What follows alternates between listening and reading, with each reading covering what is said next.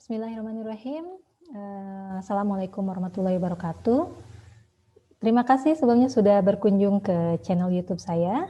Perkenalkan, saya Desi Aryani dari Program Studi Ilmu Perikanan, Fakultas Pertanian, Universitas Sultan Ageng Tirtayasa. Pada video kali ini, saya akan coba memaparkan salah satu tugas. Sebetulnya ini adalah tugas yang diberikan oleh salah satu pemateri, yaitu Dr. Syihabuddin MSI, pada workshop Pekerti Untirta tahun 2021. Baik, saya akan coba share screen dulu mengenai materi ini.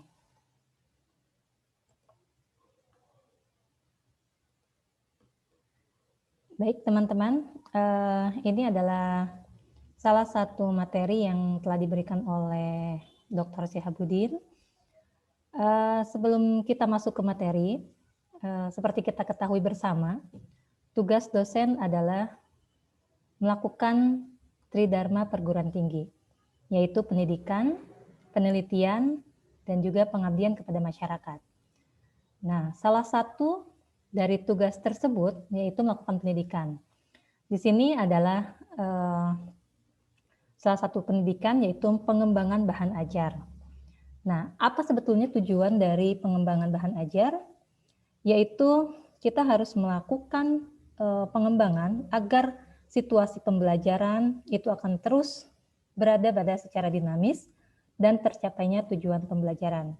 Hal ini juga berkaitan dengan tujuan dari negara, yaitu tentang pendidikan, bahwa salah satu tujuan pendidikan adalah mencerdaskan kehidupan bangsa. Itu juga mendukung pada poin Undang-Undang Dasar 1945. Nah, padahal kesempatan ini juga saya akan menerangkan mengapa kita perlu melakukan pengembangan bahan ajar, karena kita tahu zaman semakin berkembang, teknologi semakin canggih.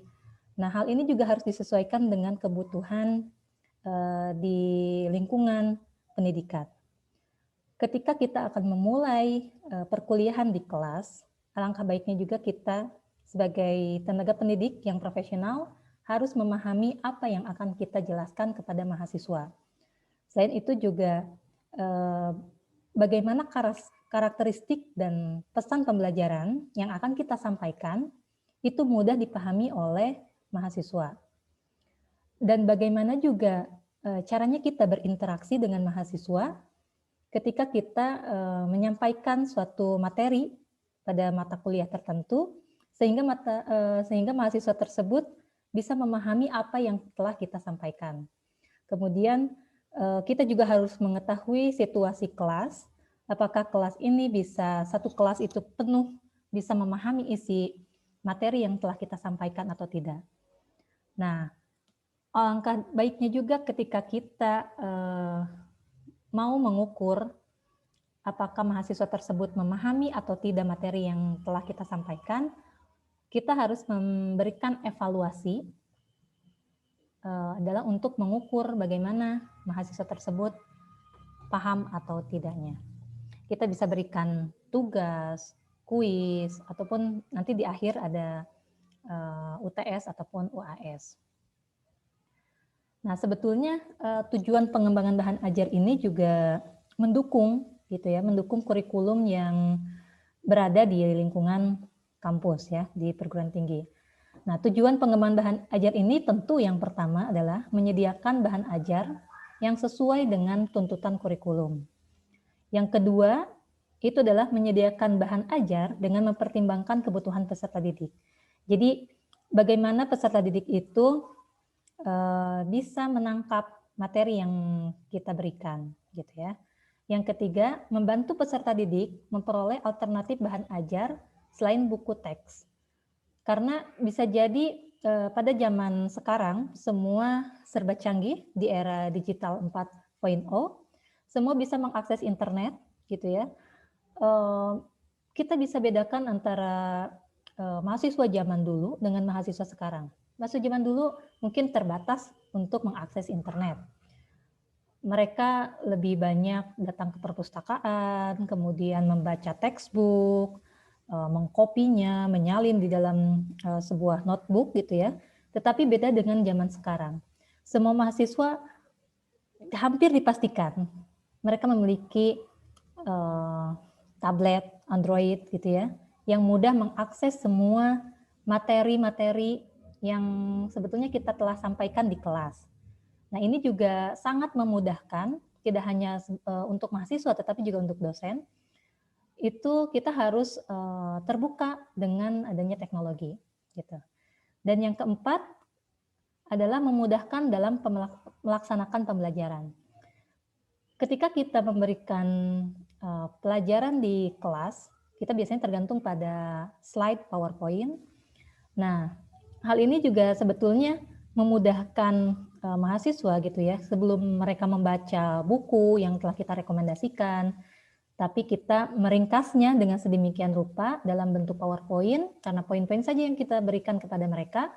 Nah, ini juga memudahkan dalam melaksanakan pembelajaran. Jadi ketika kita mengembangkan bahan ajar, terus mengupdate ilmu kita, itu akan mengembangkan juga pada proses pembelajaran. Seperti itu. Nah, lalu bagaimana bahan ajar sebaiknya disusun gitu ya? Sebaiknya itu adalah bahan ajar didesain secara lengkap. Ya, kenapa? Karena agar materi yang kita sampaikan tidak setengah-setengah, tidak sepotong-sepotong gitu. Sehingga peserta didik juga bisa memahami dan memanfaatkan bahan ajar pada kegiatan belajar mengajar. Kemudian bahan ajar juga dapat berperan sebagai bahan belajar mandiri. Ketika kita hanya terbatas dengan waktu memberikan pengajaran di kelas, tapi kalau pada saat sekarang ini kan COVID ya, jadi semua berlangsung secara online. Nah, mereka bisa mengaksesnya secara mandiri, kemudian ketika membacanya mudah dipahami karena penggunaan kata, transfer pengetahuan ke mereka itu sangat mudah dipahami. Nah, yang ketiga, bahan ajar itu harus dilengkapi dengan tujuan pembelajaran atau kompetensi yang akan dicapai. Jadi seperti apa nanti bahan ajar itu yang harus diberikan kepada peserta didik, mereka bisa memahami, kemudian bisa menguraikan kembali gitu ya, apa dari isi dari materi tersebut gitu. Nah, di sini juga sebaiknya ada latihan gitu ya, latihan yang harus dikerjakan oleh peserta didik. Itu adalah sebagai bentuk meningkatkan skill sebetulnya, meningkatkan kompetensi mereka, tidak hanya materi-materi yang diterima gitu. Jadi harus seperti dua arah, tidak hanya satu arah. Mereka harus bisa memahami dengan adanya latihan seperti itu ya. Nah, di sini ada prinsip pengembangan bahan ajar. Jadi harus ada relevansi atau kita sebut dengan kesesuaian, kemudian konsistensi, dan yang terakhir adalah adekuasi. Di mana pada kesesuaian ini bahan ajar itu harus relevan dan memiliki keterkaitan gitu ya.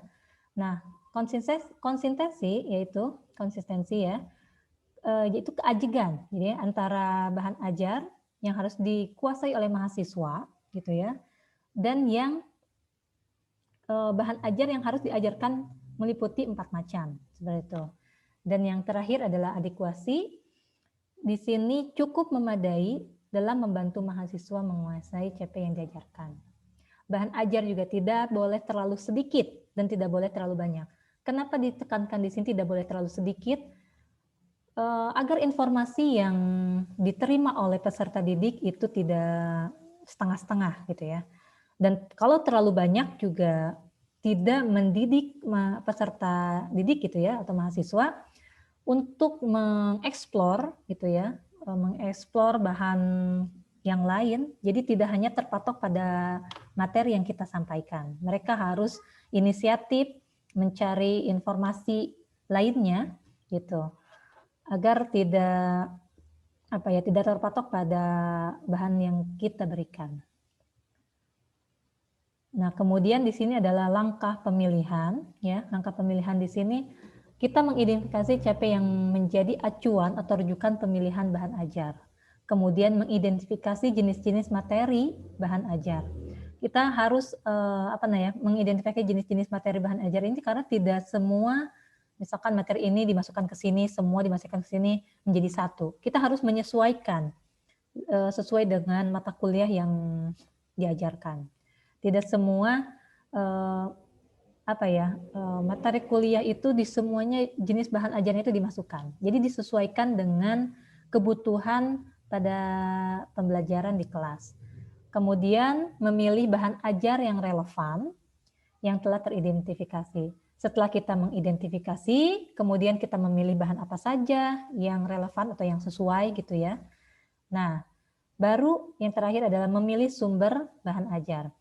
Sebetulnya sumber ini juga harus valid ya, jadi tidak bisa asal mencaplok sumber-sumber yang ada di apalagi zaman sekarang di internet itu.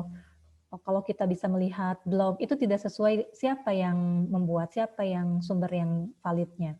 Nah, kita harus memilih sumber bahan ajar yang bisa dipertanggungjawabkan referensinya seperti itu ya.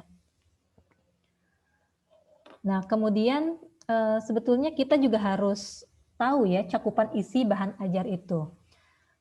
Kalau berbicara dengan pengetahuan, nah itu juga harus yang mudah dilihat gitu ya, menyebutkan nama, jumlah, dan bagian-bagiannya. Kemudian ada konsep, meliputi definisi, identifikasi, klasifikasi, dan ciri-ciri khusus.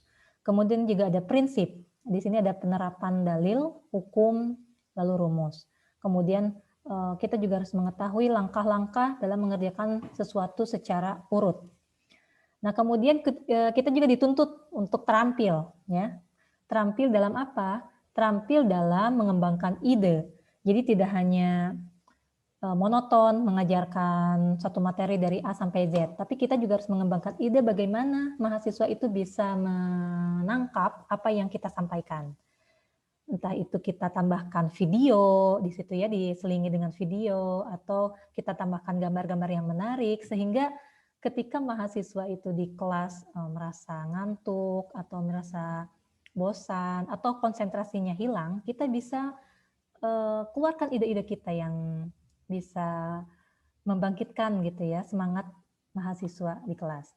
Biasanya kalau saya di kelas itu ketika mahasiswa sudah mulai tidak fokus, saya lakukan ice break gitu ya, seperti game untuk latihan otak lagi agar fokus seperti itu ya. Dan yang kedua adalah memilih dan menggunakan bahan. Bahan seperti apa saja yang kita gunakan selama itu bisa ditangkap dan diterima oleh peserta didik, itu bisa diterima gitu ya.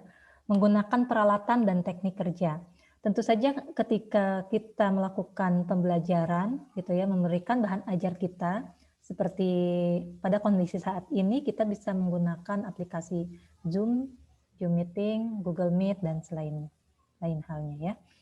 Kemudian di sini juga ada nilai atau sikap ya, seperti apa? Jadi ketika cakupan isi bahan ajar itu kita harus punya nilai kebersamaan, nilai kejujuran, nilai kasih sayang, tolong menolong, semangat dan minat belajar, semangat bekerja, mau menerima pendapat orang lain. Nilai-nilai ini sebetulnya harus ditanamkan dari diri kita sebagai pendidik dan juga peserta didik, karena mustahil ketika kita memberikan materi dengan slide yang bagus gitu ya, tapi peserta didiknya tidak menerima dengan menerima dengan bahwa ini adalah materi yang sungguh menarik. Nah, itu juga tidak ada nilai kebersamaannya gitu, tidak ada tolong menolongnya. Karena proses KBM, karena kegiatan belajar mengajar berarti ada yang kita belajar dan mengajar kayak gitu. Nah, kemudian pada bahan ajar ini ruang lingkupnya seperti apa atau skopnya ya? Yaitu berbicara tentang keluasan, wide, dan kedalaman, deep. Jadi seberapa, kalau keluasan ya, itu menggambarkan seberapa banyak materi atau isi yang dimasukkan ke dalam suatu bahan pembelajaran. Kita membuat seperti contoh ya, kita membuat beberapa slide dalam satu mata kuliah gitu ya, atau satu materi perkuliahan, dalam perkuliahan. Nah, itu juga disesuaikan ya, disesuaikan dengan waktu, disesuaikan dengan kebutuhan pada jam tersebut. Jadi tidak semua oh ini bagus, kita masukkan. Oh ini bagus, kita masukkan. Tapi kita ringkas sedemikian rupa, dipertajam, diperdalam, kayak gitu ya, itu keluasan. Kemudian kedalaman di sini, seberapa detail konsep-konsep yang harus dipelajari atau dikuasai oleh mahasiswa. Sebetulnya ini konsep-konsep ini juga kita tekankan seperti keyword ya, keyword atau kata kunci. Mahasiswa ini harus mempelajari pada materi ini apa saja. Nah, itu juga konsep-konsep ini juga harus kena gitu ya, seperti itu. Nah, kemudian ada urutan. Jadi urutan bahan ajar itu tidak asal, ada tata caranya, ada urutannya. Yang pertama adalah pendekatan prosedural, yaitu menggambarkan langkah-langkah secara urut sesuai dengan langkah-langkah melaksanakan suatu tugas. Ketika kita mau membuat bahan ajar, oh berarti apa dulu nih? Misalkan mencari literatur seperti itu ya, mencari referensi dulu, kemudian menyusun apa yang masuk ke bab 1 sampai terakhir seperti itu. Kemudian pendekatan hierarkis ya, yaitu menggambarkan urutan yang berjenjang dari mudah ke sulit atau dari yang sederhana ke kompleks. Hal ini bertujuan agar pembaca atau reader gitu ya, itu ketika membaca pada awal materi tidak shock duluan. Karena dari mudah itu, oh maksudnya ini. Kemudian dia mulai berpikir, oh ya ini. Dari sederhana menjadi kompleks. Oh maksudnya yang tadi itu seperti ini, hanya singkatan saja, kemudian lebih diuraikan. Nah, hal ini juga agar menarik gitu ya, bahan ajar ini agar lebih menarik. Kemudian ketika kita akan membuat bahan atau buku ajar, kita juga harus tahu teknik apa saja yang harus kita pahami gitu ya. Buku ajar adalah buku teks yang digunakan sebagai standar pada mata kuliah pelajaran tertentu. Ya, pada mata kuliah atau pelajaran tertentu. Seperti contoh, pada prodi ilmu perikanan, saya mengajar vertebrata perairan. Nah, berarti susunan atau isi itu harus disesuaikan pada standar pada mata kuliah tersebut, gitu. Apa yang kita ajarkan di kelas, bahan ajar yang diberikan kepada mahasiswa itu harus sesuai, seperti itu ya. Jangan apa bahan ajarnya berbicara A, kemudian ketika kuliah berbicara B, itu akan membingungkan mahasiswa atau peserta didik. Jadi harus disesuaikan ya sebagai standar tersebut. Kemudian buku ajar memiliki karakteristik yang pertama sumber materi ajar. Yang kedua referensi baku dari mata kuliah. Kemudian yang ketiga disusun secara sistematis dan sederhana. Yang keempat terdapat petunjuk pembelajaran. Hal ini juga memudahkan mahasiswa agar memahami apa maksud dan tujuan dari buku ajar ini. Maksudnya mereka setelah mempelajari materi kuliah ini, apa yang akan mereka dapatkan? Apa yang akan mereka bisa aplikasikan di lapangan ataupun pada kuliah yang lainnya kayak gitu.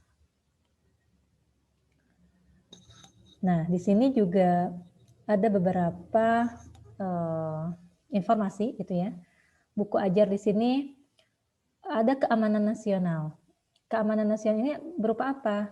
Yaitu isinya harus seperti apa, jangan sampai apa yang ditulis itu plagiarisme gitu ya. Jadi kita harus menyesuaikan isi, cara penyajian, bahasa, dan ilustrasi dalam buku ajar selaras dan tidak bertentangan dengan peraturan perundang-undangan yang berlaku. Artinya ketika kita mengambil suatu apa ya seperti teks gitu, kita harus cantumkan referensi yang valid. Tidak boleh menulis buku ajar tanpa referensi. Itu dicap plagiarisme. Dan itu sangat bertentangan dengan peraturan perundang-undangan. Kemudian, apa saja diisi buku ajar itu? Dalam penyusunan isi buku pelajaran, itu sebaiknya memuat sekurang-kurangnya bahan pelajaran minimal yang harus dikuasai oleh peserta didik. Gitu. Jadi harus ada yang bisa dikuasai oleh peserta didik. Jangan sampai dari materi 1 sampai materi 10 itu tidak ada yang sama sekali melekat pada mahasiswa, gitu ya. Kemudian sesuai dengan kurikulum yang berlaku. Kita harus menyesuaikan bahan ajar ini disesuaikan dengan kurikulum yang berlaku. Contohnya di prodi perikanan, kurikulum yang sekarang digunakan adalah kurikulum 2019. Sebelumnya kita memakai kurikulum tahun 2014. Nah, hal ini ketika kita mau membuat bahan ajar, buku ajar gitu ya, yang diterapkan pada semester ini, maka harus menyesuaikan pada kurikulum yang berlaku. Gitu. Selanjutnya adalah relevan dengan tujuan mata pelajaran. Jadi harus sesuai dengan apa tujuan mata pelajaran ini. Kenapa kita membuat bahan buku ajar ini seperti tersebut gitu ya. Kemudian memiliki nilai kebenaran ditinjau dari struktur keilmuan. Kemudian sesuai dengan perkembangan teks ya, dan kedalaman serta keluasan isi buku sesuai dengan jenjang pendidikan. Harus disesuaikan. Karena kalau kita memberikan materi kuliah kepada jenjang pendidikan misalkan S1, itu kan berbeda dengan materi yang akan diberikan pada tingkat SMA ataupun D3 dan lainnya. Jadi harus disesuaikan dengan kebutuhan jenjang pendidikan. Nah, kemudian di sini ada cara penyajian. Kita harus urutkan ya, urutannya itu harus sesuai, teratur. Yang tadi sebelumnya saya sudah sebutkan dari sederhana ke kompleks ya, dari mudah ke sulit. Itu juga harus saling memperkuat bahan kajian yang terkait. Kemudian menarik minat dan perhatian maksudnya di sini mahasiswa ya atau peserta didik. Nah, bagaimana cara menarik minat dan perhatian peserta didik? Gunakanlah bahan ajar yang kreatif mungkin, yang bisa diterima oleh mahasiswa. Ketika mahasiswa ini adalah generasi milenial, apa yang mereka suka, kita ikuti. Gitu ya. Jadi kita juga harus open mind ya, harus terbuka dengan ilmu pengetahuan. Jangan, dalam istilah Sundanya, kuulen ya. Jangan terlalu tidak gaptek lah, atau ya istilahnya gaptek.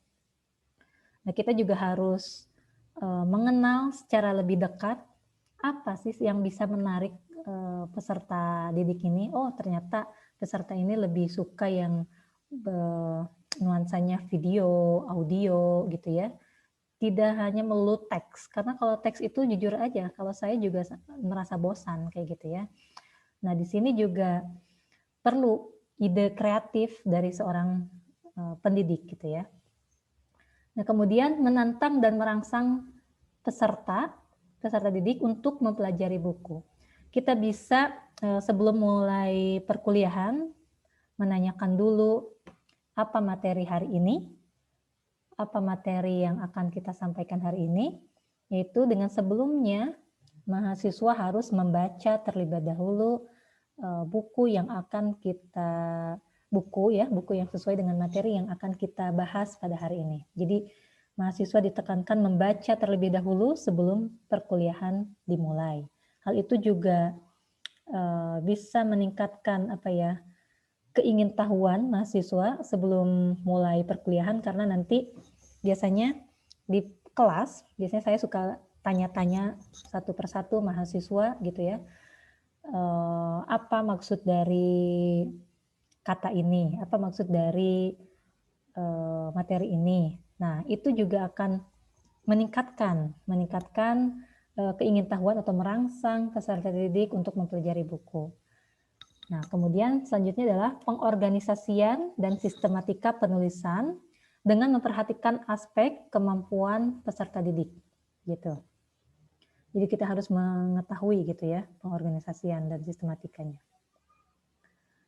Nah, kemudian pada bahan buku ajar ini gitu ya, bahasa juga yang penting harus diperhatikan. Yang pertama adalah menggunakan bahasa Indonesia yang benar dan baku. Jangan pakai bahasa slang gitu ya, jangan bahasa gaul. Karena ini adalah bahasa Indonesia yang nantinya akan dibaca oleh orang banyak gitu ya. Bisa jadi buku kita, bahan ajar kita tidak hanya dibaca oleh di lingkungan perguruan tinggi di mana kita mengabdi. Tapi bisa jadi suatu waktu bahan ajar ini bisa dibaca oleh semua orang yang ada di semua mahasiswa misalnya yang ada di Indonesia. Nah, oleh karena itu gunakanlah bahasa Indonesia yang benar dan baku. Yang kedua, kalimat digunakan sesuai dengan tingkat kematangan dan perkembangan mahasiswa didik. Gitu. Jadi pilih kalimat-kalimat yang misalkan ada serapan dari bahasa Inggris gitu ya. Nah, itu juga biar bisa mengetahui perkembangan peserta didik seperti itu. Yang ketiga, ada istilah, kosakata, dan simbol-simbol dapat mempermudah pemahaman mahasiswa didik. Jadi di sini ketika kita mau memberikan materi, menyampaikan mata kuliah gitu ya pada bahan teks, nah itu juga gunakan kosakata atau simbol-simbol, biasanya saya gunakan gambar-gambar gitu ya yang bisa merangsang atau merangsang pemahaman pada mahasiswa tersebut. Kemudian menggunakan transliterasi yang telah dibakukan, gitu ya. Seperti misalkan fokus atau misalkan jadi fokus atau paham gitu ya, seperti itu. Transliterasi itu misalkan serapan dari bahasa asing ke Indonesia tapi yang telah dibakukan ya. Kemudian ada ilustrasi. Di sini ada relevan dengan isi buku ajar yang bersangkutan. Kemudian tidak mengganggu kesinambungan antar kalimat, antar paragraf, dan bagian dari keseluruhan isi buku. Kemudian di sini juga merupakan bagian terpadu dari keseluruhan isi buku. Kemudian harus jelas, baik, dan esensial untuk membantu peserta didik dalam memahami konsep. Nah, di sini ada secara sistematis kerangka dan langkah menulis buku ajar. Ketika kita mau memulai perkuliahan, kita biasanya menyusun RPS atau singkatannya rencana pembelajaran semester. Nah, ini menguraikan setiap pertemuan dari pertemuan pertama sampai pertemuan akhir, apa tujuannya gitu ya, apa indikatornya, kemudian bahan apa yang akan digunakan, lalu memberikan kuis atau tidak, seperti itu.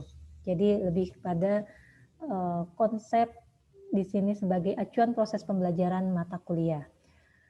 Nah, RPS ini adalah sebagai materi substansi buku ajar, ya.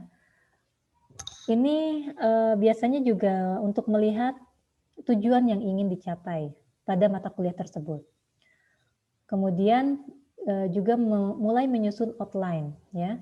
Dimulai dari pendahuluan, kemudian deskripsi mata kuliah, gitu ya. Ada petunjuk penggunaan buku ajar, kompetensi prasyarat. Kemudian di bagian isi, nah di bagian isi juga harus menentukan judul atau topik pembelajaran. Kemudian ada uraian tentang tujuan kegiatan pembelajaran, gitu. Kemudian ada materi pembelajaran yang sesuai dengan topik pembelajaran, diikuti contoh dan atau kasus seperti gambar, grafik, dan lain-lain juga disebutkan. Kemudian ada kesimpulan dari materi pembelajaran, kemudian ada tugas untuk mengetahui kemampuan atau pemahaman mahasiswa, itu. Kemudian evaluasi, jelas ya, bisa kita gunakan kuis ataupun tes gitu ya. Kemudian ada kunci jawaban jumlah bab sesuai pada kegiatan pembelajaran. Kemudian di bagian akhir kita cantumkan daftar pustaka, glosarium, indeks jika ada gitu ya. Kemudian lampiran dan biografi penulis. Biografi penulis juga penting biar yang membaca siapa yang menulis, kemudian apa latar belakangnya, apa sesuai enggak. Jangan sampai kita paham atau misalkan kita sebetulnya dari magister, misalkan magister manajemen sumber daya perairan, tetapi kita menulis tentang teknik pengelolaan perikanan. Nah, itu juga tidak sesuai. Makanya penting juga biografi penulis agar pembaca juga accepted gitu ya, menerima. Oh ya, memang ini expert di bidangnya, seperti itu. Kemudian perlengkapan buku ajar itu juga ada cover. Biasanya kalau cover ini juga dibuat menarik, semenarik mungkin agar sebelum memulai gitu ya, memulai membaca, mereka sudah tertarik duluan. Kemudian lembar persembahan ya, sesuai kebutuhan tapi ya. Kemudian ada kata pengantar dan daftar isi. Nah, baik teman-teman, itu adalah salah satu ya review dari materi yang telah disampaikan oleh Dr. Syihabuddin MSI. Semoga dengan adanya video ini bisa menambah pengetahuan juga untuk teman-teman dan semoga video ini juga bermanfaat untuk kita semua. Saya akhiri, terima kasih atas antusiasnya untuk menonton video ini. Assalamualaikum warahmatullahi wabarakatuh. Bye-bye.